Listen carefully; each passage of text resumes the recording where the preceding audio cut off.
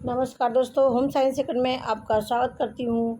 आज आपके लिए नेट जो एलटी का सिलेबस है, आप लोगों के अनुसार बताए अनुसार कि मैम एलटी के भी सिलेबस को डिस्कस कर लीजिए। तो देखिए, ये आपका एलटी का सिलेबस है, थोड़ा सा उससे बड़ा भी है टीजीटी का, और इसमें आपके 30 क्वेश्चंस जीके के भी आते हैं। वो मैं आपके लिए अलग से ले आऊँगी। आज केवल और केवल मैं आपको एक्सटेंशन एजुकेशन का सिलेबस ही डिस्कस करूँगी, और जिसमें आपको, क्योंकि काफ़ी इसमें कन्फ्यूजन भी रहता है इसमें मैम क्या पढ़ें कितना पढ़ें। तो देखिए, यहाँ पर सबसे पहले आता है आपका एक्सटेंशन एजुकेशन। क्या है एक्सटेंशन एजुकेशन में? कॉन्सेप्ट का मतलब होता है कि इसके बारे में आप क्या जानते हैं, इसका अर्थ क्या होता है, इसकी मीनिंग क्या होती है, ये कॉन्सेप्ट के अंतर्गत आती है। ठीक है, तो यहाँ पे आपका है कि इसकी क्या कॉन्सेप्ट क्या है, एक्सटेंशन एजुकेशन का मतलब क्या है ये पूछ रहा है, इसका अर्थ क्या होता है ये पूछ रहे हैं इसमें। यानी इसमें आपको डिफिनीसन पढ़ना है, प्रसार शिक्षा की, प्रसार शिक्षा किसे कहते हैं ये पढ़ना है। और दूसरा पॉइंट यहाँ यहीं पे आ रहा है कि गोल्स क्या है, गोल्स। अब बताइए यहाँ पे गोल्स क्या होते हैं और एंड फंक्शंस क्या होते हैं। किसके गोल्स और फंक्शन पूछ रहा है? एक्सटेंशन एजुकेशंस के गोल पूछ रहे हैं। अब देखिए, एक्सटेंशन एजुकेशन की गोल जो है काफ़ी यहाँ पे है कि किस लिए एक्सटेंशन एजुकेशन का लक्ष्य क्या है, कि ये ग्रामीण लोगों के लिए शिक्षा होती है, जो अशिक्षित होते हैं शिक्षित होते हैं उनके लिए शिक्षा होती है, जो किसी काम में लगे हुए हैं उनके लिए शिक्षा होती है। ठीक है, ये सब चीज़ें इसके एम्स के अंतर्गत आती हैं। और इसके सिद्धांत देखिए अलग हैं, किस किस पर आधारित होता है। एकता का सिद्धांत, और एक साथ काम करने का सिद्धांत, करके सीखने का सिद्धांत। ठीक है, ये सब क्या है, इसके सिद्धांत हैं। ये इसमें जो आपकी कई हेडिंग 20-25 हेडिंग दी गई है, वहाँ से जो सिद्धांत रचना का वो आप याद कर लीजिए, वो कहीं ना कहीं आपको ज़रूर देखने को मिलेंगे। अब देखिए, यहाँ पर है नेक्स्ट पॉइंट, यहाँ पे है formal and non formal and informal education. देखिए यहाँ पे लास्ट पॉइंट में क्या दिया है, formal, informal and non formal education. Formal education किसे कहते हैं? जहाँ पर जो है एजुकेशन एक निश्चित संस्था में दी जाती है, एक निश्चित स्थान पर दिया जाता है, एक निश्चित सिलेबस में दिया जाता है, उसे ही फॉर्मल एजुकेशन कहते हैं। और इनफॉर्मल एजुकेशन जहाँ पर सब कुछ चीज़ें फिक्स जो है नहीं होती हैं, बल्कि वहाँ जो काम करने वाला होता है उसकी आवश्यकता के अनुसार देते हुए इनफॉर्मल एजुकेशन है। तो यहाँ पर डिफरेंस दिया रहता है एग्ज़ाम में, वहाँ से भी आप इसको ढूंढ सकते हैं। प्लस फॉर्मल और इनफॉर्मल एजुकेशन भी आप पढ़ लीजिएगा, ये अलग से दिया गया है, फॉर्मल क्या है, नॉन फॉर्मल क्या है और इनफॉर्मल क्या है। ठीक है, और मैंने पढ़ाया भी है, इसको देख लीजिएगा। दूसरा पॉइंट है एजुकेशन साइकोलॉजी क्या है, यानी शिक्षा मनोविज्ञान क्या है। तो यहाँ पर देखिए कॉन्सेप्ट पूछ रहा है कि इसे कहते हैं शिक्षा मनोविज्ञान, इसकी मीनिंग क्या है, प्लस इसका एम मतलब इसका लक्ष्य क्या है, और इसके साथ साथ क्या रिलेशन है। उसके बाद क्या with extension education and application extension education.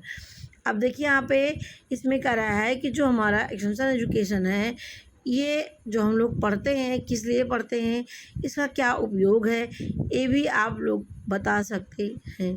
ठीक है, तो ये चीज़ें हो गई आपका। अब नेक्स्ट हमारा आता है कि यहाँ पर जो मेन पॉइंट है, यहाँ पर मैं डिस्कस कर दे रही हूँ, यूनिट 2 है। अब यहाँ पे यूनिट 2 में पूछ रहा है कम्युनिटी डेवलपमेंट। क्या पूछ रहा है? Community development. अब देखिए यहाँ पर है शैक्षिक मनोविज्ञान यानी एजुकेशनल साइकोलॉजी। अब यहाँ पर जो शैक्षिक मनोविज्ञान है, इसमें कॉन्सेप्ट पूछ रहा है, इसका मतलब क्या होता है, ये इसका क्या संबंध है एक्सटेंशन एजुकेशन का, और इनकी क्या उपयोगिता है एक्सटेंशन एजुकेशन में, ये पूछ रहा है। यानी शैक्षिक तकनीकी का क्या किसे कहते हैं, इसका क्या अर्थ है, इसके क्या लक्ष्य हैं, और इनका क्या संबंध होता है एक्सटेंशन एजुकेशन का, इसके बारे में पूछ रहा है। किसमें? एजुकेशनल साइकोलॉजी में। अब देखिए नेक्स्ट पॉइंट हमारा आता है community development. Very very important point है कम्युनिटी डेवलपमेंट।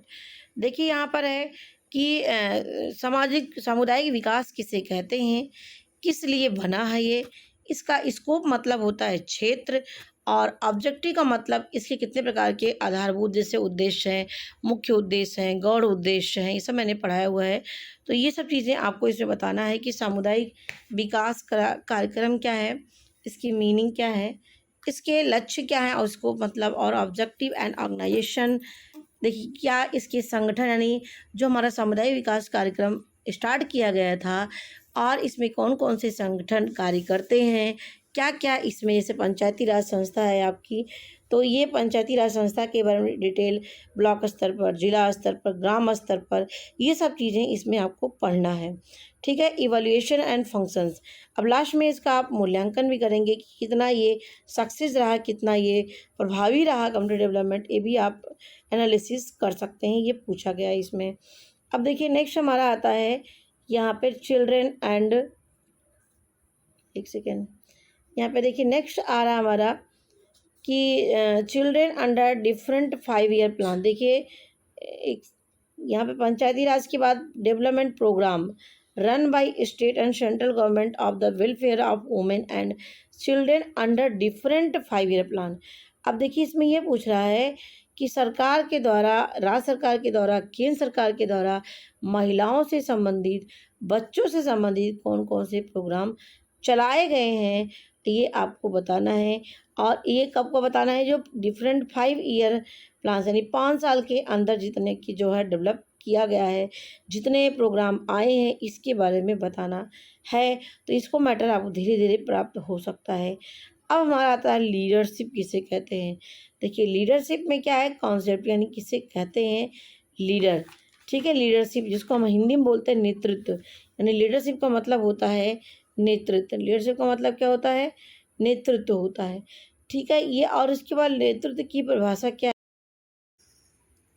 अब देखिए यहाँ पर नेक्स्ट क्या है, लीडरशिप मैंने यहाँ पे बता दिया। देखिए यहाँ पे नेक्स्ट पॉइंट यहाँ पे लिखा है यूनिट 3 के ऊपर, लीडरशिप यानी नेतृत्व किसे कहते हैं, और इसके साथ साथ इसकी परिभाषा क्या होती है, और इसका अर्थ या मीनिंग क्या होती है, कितने इसके टाइप्स होते हैं लीडरशिप के, से मैंने पढ़ाया हुआ है, और इसके क्या काम है ये भी, और प्रिंसिपल क्या है, यानी किस सिद्धांत पर ये काम करता है, ये सब चीज़ें इसके अंतर्गत आपको पढ़ना है।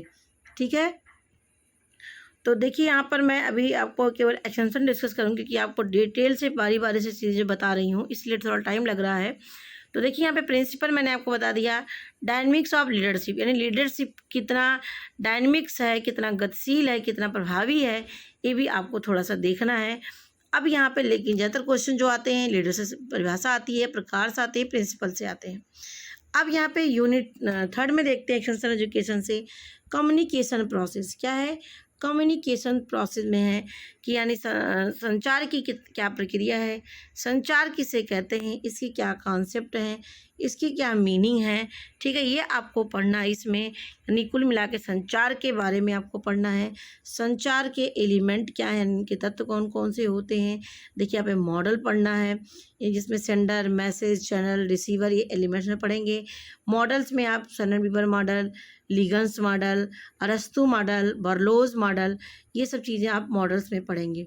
अब देखिए यहाँ पे चैनल्स दिया है।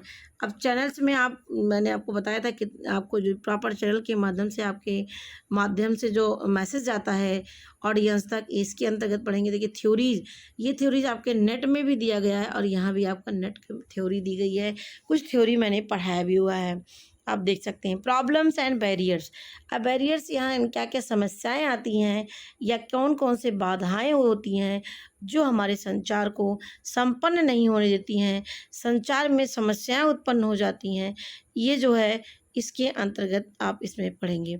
ठीक है। अब यहाँ पे देखिए communication skills, speaking, writing and gesture. अब देखिए यहाँ पे स्पीकिंग बोलकर, राइटिंग मतलब लिखकर, एंड गेस्चर्स का मतलब होता है हाव भाव, यानी अपने इशारों के माध्यम से बात करना। तो ये कि कभी कभी ये शब्द ही पूछ लेते हैं, इसका मतलब क्या होता है। अब देखिए नेक्स्ट पे हम आते हैं यूनिट 4 पे। अब देखिए बहुत थोड़ा ब्रॉड ये टॉपिक है टीचिंग मेथड का। अब देखिए टीचिंग मतलब कितने तरीके से अपने मैसेज को हम पहुंचाएंगे, audio aids, video aids, audio visual aids यानी दृश्य सामग्री, श्रव्य सामग्री, दृश्य श्रव्य सामग्री, ये आप यूनिट 4 में पढ़ेंगे। ठीक है। इसके बारे में इसका परिभाषा करेंगे, मतलब इसके बारे में डिटेल आप पढ़ेंगे। अब देखिए यूनिट 5 में क्या है, ये भी मैंने पढ़ाया हुआ है, टीचिंग मेथड भी मैंने पढ़ाया हुआ है। प्रोग्राम प्लानिंग किसे कहते हैं, यानी कोई आपने एक प्रोग्राम तैयार करें ग्राम स्तर पे, तो क्या क्या चीज़ों को सोच के चलेंगी, कैसे कैसे क्या स्टेप हैं, ये सब चीज़ें इसके अंतर्गत पढ़ेंगी प्रोग्राम प्लानिंग के अंतर्गत।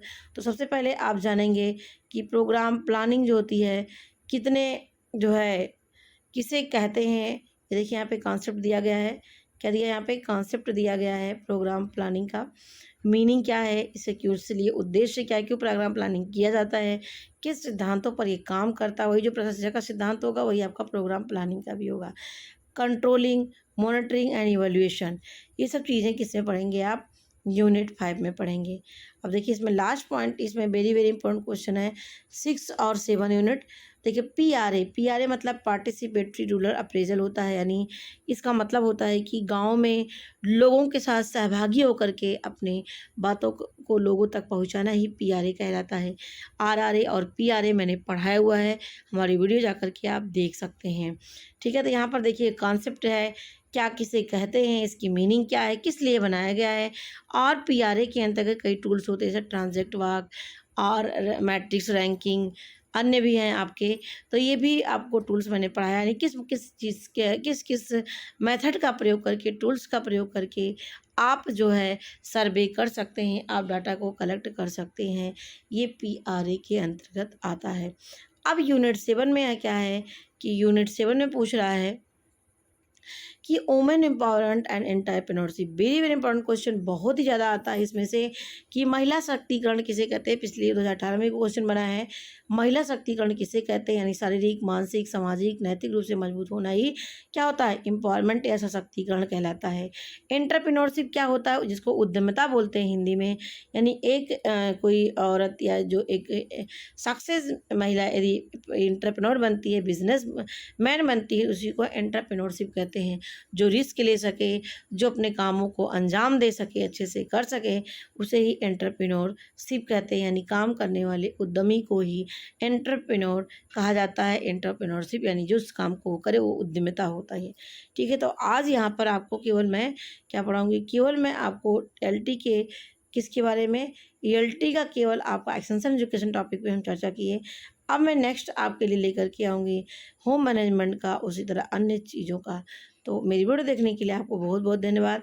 ऐसे ही अपने टॉपिक पे जाने रहिए, क्या आपको पढ़ना है, कितना पढ़ना है, वो डिटेल पढ़ेंगे तो बहुत डिटेल मत पढ़िए, नहीं तो आपको कोर्स भी आप नहीं पूरा कर पाएंगे, नहीं कर पाएंगे। तो ये इसी तरीके से पढ़िए जो आपका मेन पॉइंट है। तो मेरी वीडियो देखने के लिए आपको बहुत बहुत धन्यवाद।